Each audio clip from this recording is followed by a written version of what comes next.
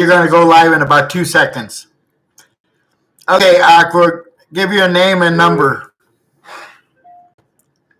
So give my name and number.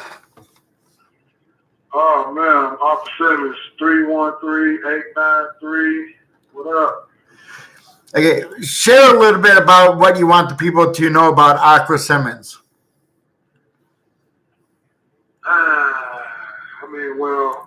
And some of the things is, it's public record. There might be some personal things that's currently going on with me that people definitely might not know, which, that's just how it is. But in general, man, I'm locked up, aggravated murder, aggravated robbery, aggravated burglary, from basically a friend of mine. It was an associate that I knew for a few months. Had a store in the neighborhood. We had a store. They had a store in the neighborhood across from us. Early in the morning hours of August 2nd, 1995, guys run in, attempted robbery that went from attempted robbery to tussle for the clerk's gun. They take the clerk's gun, shoot the clerk with his own gun. His name was Nabil Zay. Like I said, I considered him a friend. We hung out together, talked. Back then I was 18. Back then we smoked weed, did, teenagers doing at that time. This call is originating from an Ohio correctional facility and may be recorded and monitored. Okay. And of course, I'm number one suspect. I'm living in a neighborhood that wasn't my original neighborhood. I'm from Detroit, but I come to Cleveland, and we moved. Got a store in East Cleveland. Right. Sean Hayden, and basically, like you had guys that was out there that hung in neighborhood, hung out there that it was a strip. Sean Hayden, that was a strip back in the day. It was all out. So we come in, move in an attempt to, kind of clean up the neighborhood. At least some type of impact, that have a positive impact. And we wasn't like, from the older guys that I was with, and we wasn't like, because, we ain't allowed drug selling and stuff like that, basically in front of our store. We let guys hang out, but it was pretty much like, y'all can't get out here with all that, a lot of nonsense. Right. But, long story short, man, it's really no short story, because everything is relevant. What's your sentence? What's your sentence? Oh, my sentence, aggravated murder, 30 to life. 10 to 25 for aggravated robbery, which is the gun that was taken from Bill Zay. He was shot with a shot was on the gun, so that was the robbery. Right. And aggravated for coming inside the store. And basically, guys just lied on me, man. I don't even know how to say it. I'm trying to say it in some type of way that it kind of can connect why, but it ain't really no reason why, man. Guys pointed the finger at me saying that, because he was with it the night before, hanging out, and he left in the early hours of the morning and went back to his store, man. Guys basically just said, like, man, I did, And then the reality is when the evidence all came out, since it was a fight over the gun in the store, it was other blood that was in the store. Back then, it wasn't they didn't have DNA. That's just doing blood tests. So while I'm going to trial and all of that, and they like, well, there's been the person eating candy bar on the scene. We want to take dental impressions to see if that's your teeth. Okay, cool. It was like we wanted if there was blood, other blood drops, you know what I'm saying, on the ground during the tussle and fight for the gun. The blood wasn't the victims, and we want to see if it's yours. Immediately, like I said, back then it was OJ cases going on. I mean, they planted bloody gloves and everything. I'm like, no, not me. Y'all not gonna, get my blood and mix it up.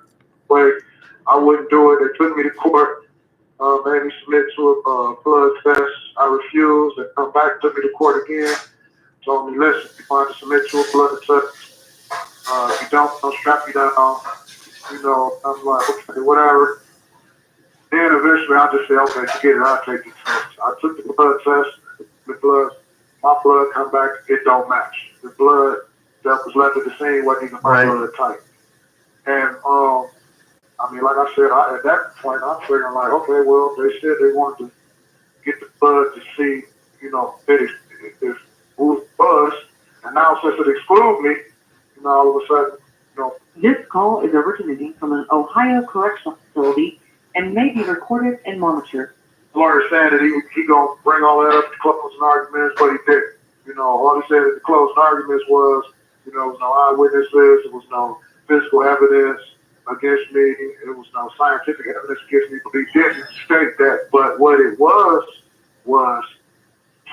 there's three different blood types in my case. You got the defendant, and his blood, he shot 3 times. Blood is everywhere.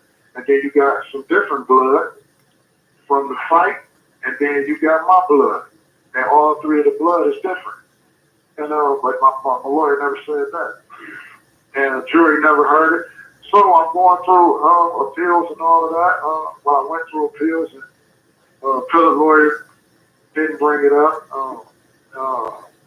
Then after I went through the direct appeal, you're pretty much on your own.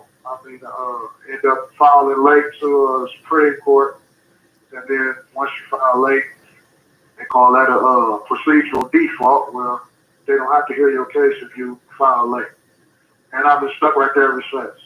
I tried to get in court multiple times over the years after that, but wasn't able to get in, wasn't able to get that issue addressed. As far as I got this exculpatory evidence that shows, like, man, he got a third party at the scene. Guy's killed with his own gun. They fighting over it. There's blood there. What else you need? So later on, I think it was 2007, 6, 7, 8, something like that. Howie's project contacted me. I was on the news a few times. Reverend Strickland had wanted to start doing DNA tests because the DNA law came into effect where if there was any guys who had any DNA in their cases, they wanted to test basically the top 30 guys in Ohio, and let's see if we can get some of those guys some type of justice. I was number 2 on the list, and they contacted me and said, all right, let's get all this evidence. So they got with the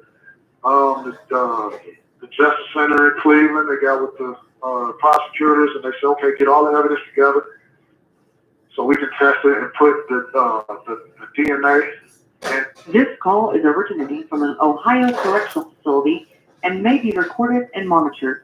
Put the DNA into the national database so they can figure out, like, okay, we're going to show whose DNA it is. And right at that time, when they was gathering all the evidence, in my mind, I swear at that time, I'm authorizing, I'm kind of thinking that the worst is about to come out of this. I said that they was going to go to the East Cleveland Police Department and say, we need all your evidence, and they was going to throw it away before they got there. That's what I said to myself. It's authorizing, like I said, it's kind of thinking that, I'm just, the worst is going to happen. But lo and behold, the worst did happen. They said we couldn't find the evidence, we couldn't find the DNA. They said in the summertime, the evidence log is in poor condition. In the summertime, there's no air conditioning. In the wintertime, there's no heat. They said there had leaks in the roof, and they said the evidence was all in poor condition. So somehow they lost it or destroyed it. They don't know what happened to it. Okay, so they basically just stopped from that point. What they did have was partially eating candy bar. the teeth impressions didn't match mine. They tried to do a DNA test on some of the saliva possibly left inside the candy bar. It wasn't good enough to produce any sample to be able to be placed in the national database. But as far as the DNA is concerned, their attitude is just they lost it and oh well, tough luck, sorry for your luck. That's basically the biggest stance on it.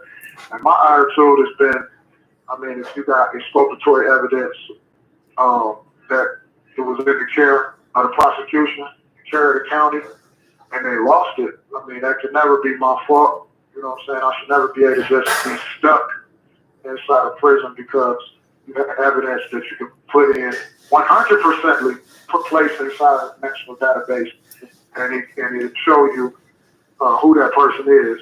I mean, if their DNA is on file, but you at least put it on file so you have it on file that this DNA was, you know, involved inside of a murder. So, I mean, I've been stuck at that point of what's the next step, you know, behind trying to get some type of justice, man, from having stepped in and lost. And like I said, it's been so long, man. I've innocent projects. I've been involved with innocent projects. I've been with there's been so many organizations I can't even remember all of their names. But there's ones in Cleveland, integrity units. There's some more in Columbus. I can't remember all of them offhand. I would have to go look specifically with the names marked. But some of them they start with the do a little investigation. Some of them get students involved with. This call is originating from an Ohio correctional facility and may be recorded and monitored. Get students involved with the case and they do as much research as they can, and they looking for a way specifically if they see something they can basically be able to follow a appeal on. I mean, and nobody's been able to find nothing, you know, at least from their perspective. And that's where I'm at. So I'm saying in the meantime, You have 1 minute remaining. in the meantime, I just been, you know, just trying to keep my head up, man. Stay growing as a person. Yeah. And just, you know, not just staying with a whole bunch of resentment. Okay. They call back, okay? You know, what happened. Yeah. Make sure you call back. All right, I'm gonna call you right back. Okay, thanks. All right. That's Akra Simmons. He's going to call right back. As you could see, he's trying to get his conviction overturned. He's one of a few that I know of that should for sure. So let's see how quickly he calls back. Because, you know, we'll be hopefully calling back in a minute.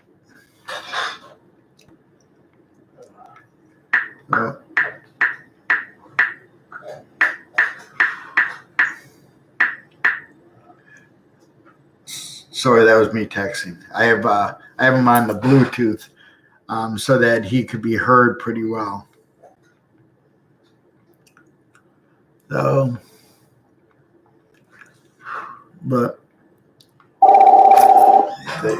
there he goes. The prepaid debit call from this call is from a corrections facility and is subject to monitoring and recording. Thank you for using GT. Okay, go ahead. Wait a second. Let me put you back on.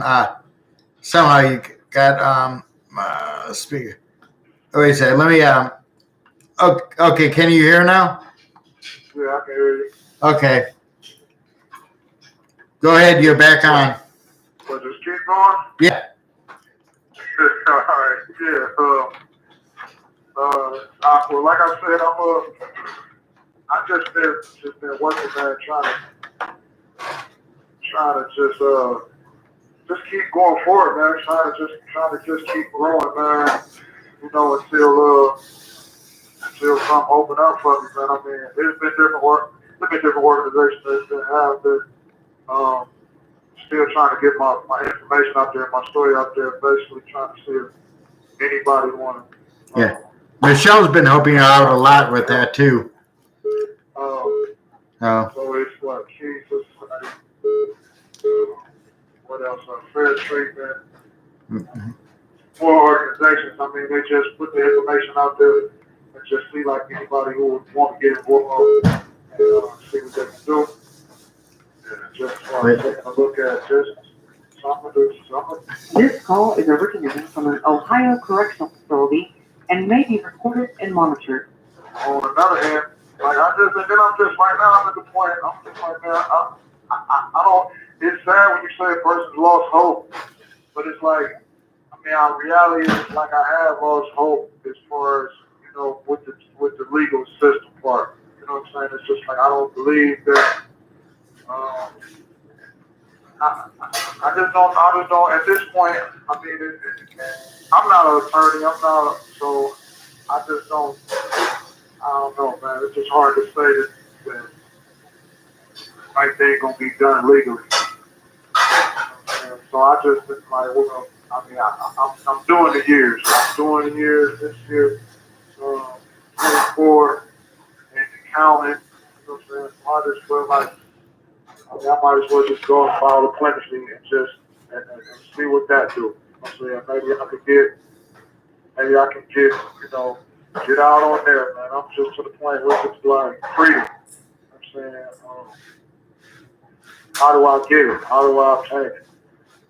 And, so I got clemency papers right now on my bed. I'm filling them out, man. I'm going to just send them in and you know, and see what that do. I mean, of course, being in here, it's like I go to school. I mean, done all the programs that that's available for inmates. Just finished the Renaissance program. So maybe that's TRP, IOP, recovery, Right. mentor, big brother process. Just standing here, which all is relevant. Because y'all, for me, I have definitely involved in drugs and lifestyle, and definitely play a part in, you know, the fact that I've been involved in Right. lifestyle, or just even being in the area, even connected with people who involve themselves in activity, you know, just being there, being around it. Actually, I'm paying attention to the part I play. You know, but I can't accept, you know, being here. Not in my heart, I can't accept being here for killing basically a friend of mine. I can't just take that. But the reality is, I can't do nothing about it. But you know, but keep on fighting. That's what I've been doing. And trying to grow as a person. Right. That's what I got, man. That's pretty much. You know, it ain't like I said. It ain't no. It's not a pretty story. It's not one of them. Movie stories, just like Hurricane Carter, none of that, man. Well, I wanted the people to know that you are innocent. You know, and there are innocent people there. Then there's those that claim to be innocent that are not. Right. Yeah. So, but I believe. It's hard to even for me, like I said, at this. Go ahead. Yeah, I believe you're innocent, and I would like to see something positive come out with your situation, and I do believe headwaves are being made on your case. But it's, you know, I don't think Michelle's ever going to stop till you're home. I mean, I don't think she will either. Right. But I understand the discouragement. You know, when you always, when you get some opening, and you get some people that say they want to help, and you get some people looking into it, get these organizations to say, right. Hey, let's give it a shot. You know what I'm saying? then when they come up with, I mean, pretty much just the way that they don't see anything one way or another. They don't see anything. When you give the boys, you Right. giving them money, and when they dig it in and they're real optimistic before you give them money, when you give them money, and then it's like after thing like everybody else, it's more so like enthusiasm just drop, and it makes you feel like it's been had. I used to be under the assumption that that money gets you anything. That if you got enough money, you can buy pretty much anything. You can buy your way out of it. The reality is,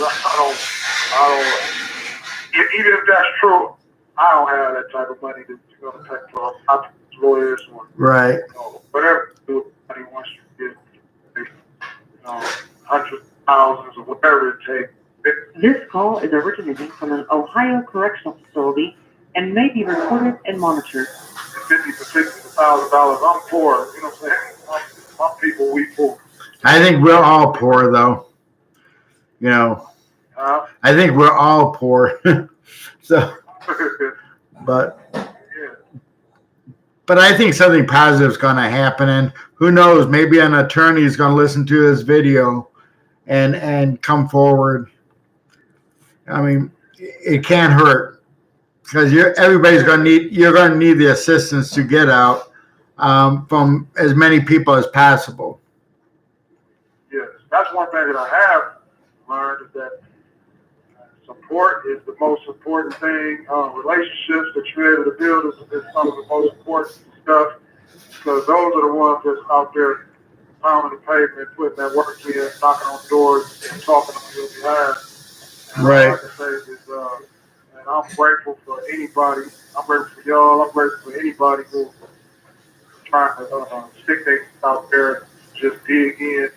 My attitude is just, for me, it's just even you just dig in a little concerning me and my situation, and I'm sure gonna be shocked. Like, wow, like he's saying it, what it's the truth. Like, Right. this right here, and they pretty much just threw it away, and they're just saying they stuck. Right. I mean, like I said, it is. I don't know. I can go on and on about multiple issues as far as the possible.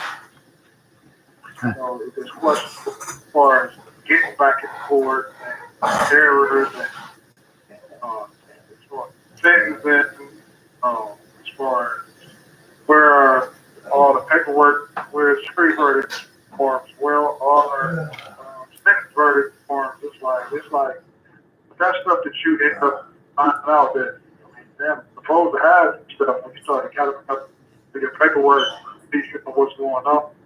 Right. In your indictment, journal entries that you're grateful. You don't have this, but you don't have that form. I'm like, damn, am I even allowed to even be in prison? Well, you get found guilty on hearsay. This call is originating from an Ohio correctional facility and may be recorded and monitored. Yeah, you get found guilty on hearsay anyways in Ohio. Right. So. I mean, but I don't know. Like I said, man, I've got clemency papers that I'm just gonna fill out, man. And if you just, because now at this point, it's about just freedom. Now it's like shit. It's like shit. I mean, goddamn it, I done did the year. I did the years now. I did life already. It's like, so I can argue this is to the day that I die, but the reality is, shit, you did years. Right. You know what I'm saying? So, I mean, that could mean something, for somebody else to just, to know that this happened to, more than one person. But it's something else when, shit, you got to go through it yourself. Right. That's true. It's hard to put in perspective, man. Right. I'm still thinking. I don't know how I'm doing it day to day. I'm just sticking with it, just for the day. I'm focused. My heart in the right place. My mind in the right place. Right. I'm optimistic. So about I'll be free one day. As far as how, I ain't got a clue. But as far as whatever's available and all the options that I'm willing to take. So, like I said, I'm grateful for my family. I'm grateful, for Shadell. She there for me. She been fighting. You're back on Voice of Reform on the 13th at 7 p.m. That's live. Okay. Okay, and then Okay. Let's do it, man. okay, but we're going to get your message out for you. Let's do it, man. I'm ready. Okay, Is that it? you got a couple minutes left, I think, till your phone thing runs out. Oh. What do you want the people to know as closing? What do you want people to know about you?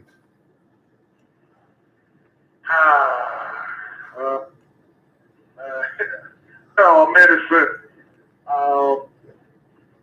That's it, man. I'm fighting, man. I'm a bad guy. Because we here, man. Don't feel we all did it. You know what I'm saying? And don't mean. And I guess something else too is that even though you hear the idea is that everybody come in and pretty much turn into animals, Right. And come out worse than they went in, and that can happen.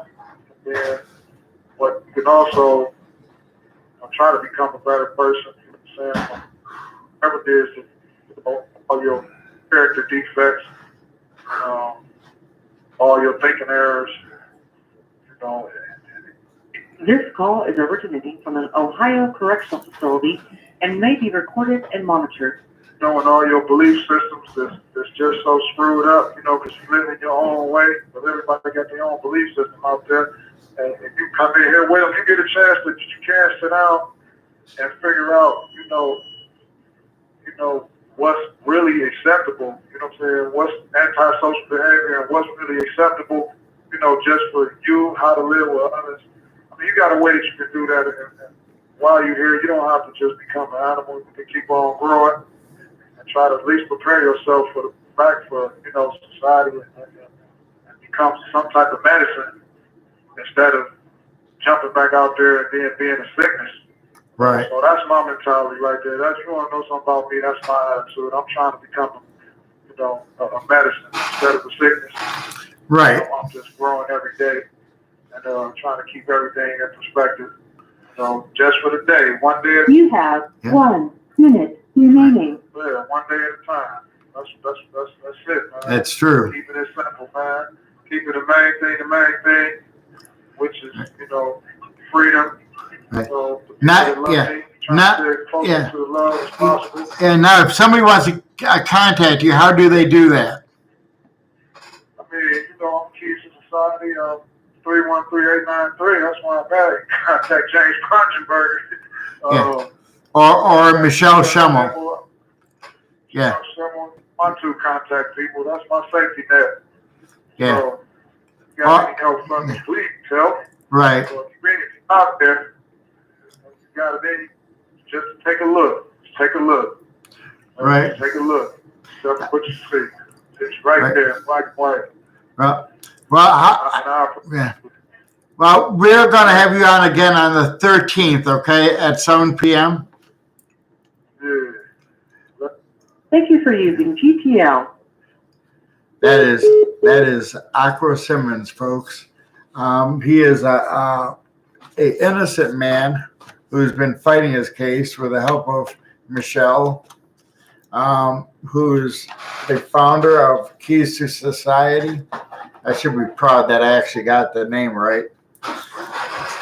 So we got to pull together and let's help these folks out. Thank you, everyone. Until next time, this is Voices of Reform.